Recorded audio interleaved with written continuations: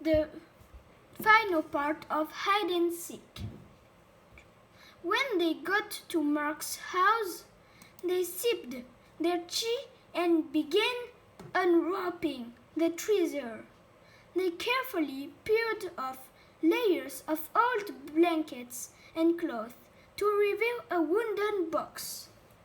They slowly opened it and stared in amazement. "Oh my!" Sally said in disbelief. "I don't believe what I am seeing."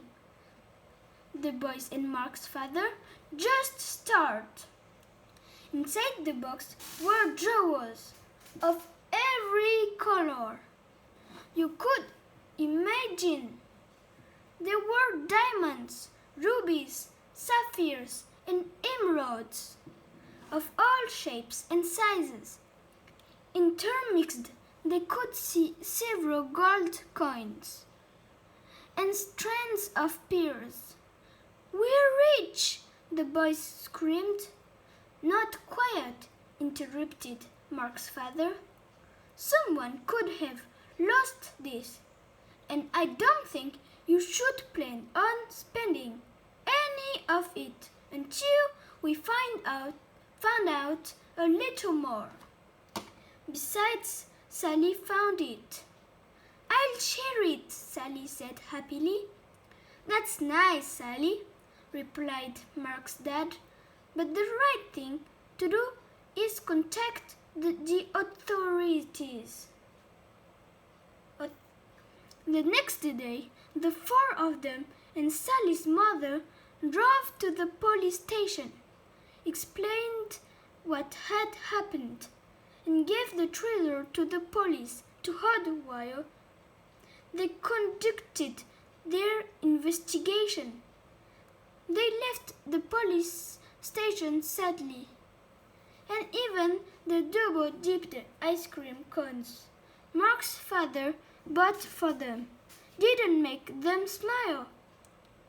They drove back in silence. Several weeks passed with no word from the police. Then one evening, Mark's father called James, Sally and their parents. "The police just called, and I think you should come over right now," he said. "I'm afraid there is some bad news about the treasure. The police are on their way and will explain everything when you get here."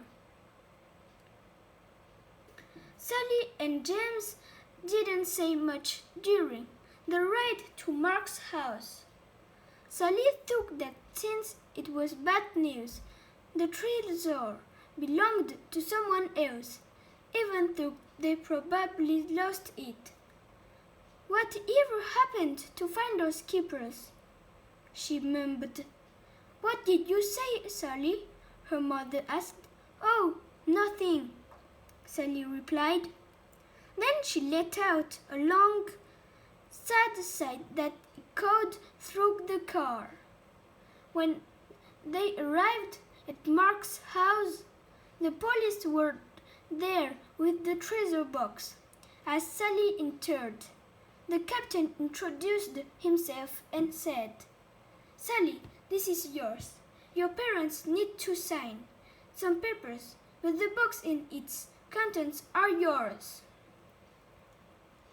Sally, Mark, and James shrieked with joy and danced around the room. Then Sally said, What is the bad news?"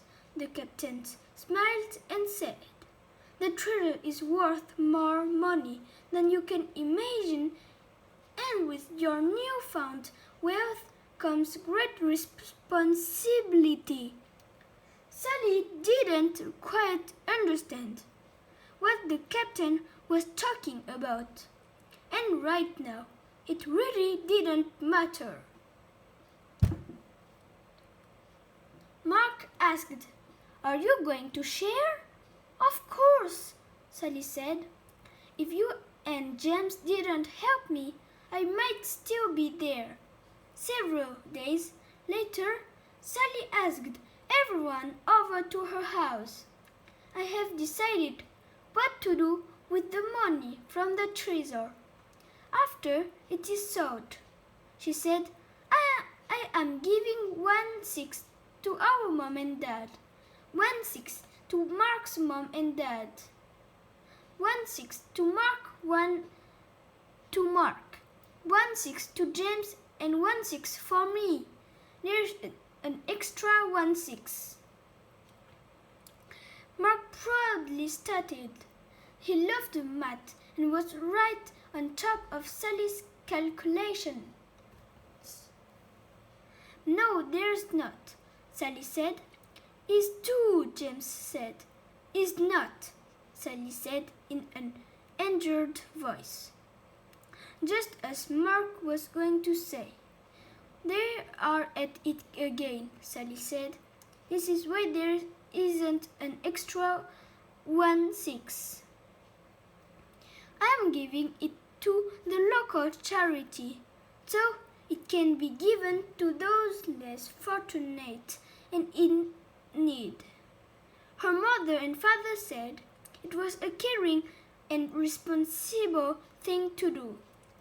They were very proud of her and knew that she understood what the captain meant when he had turned the treasure over to her just days before. Goodbye, everyone.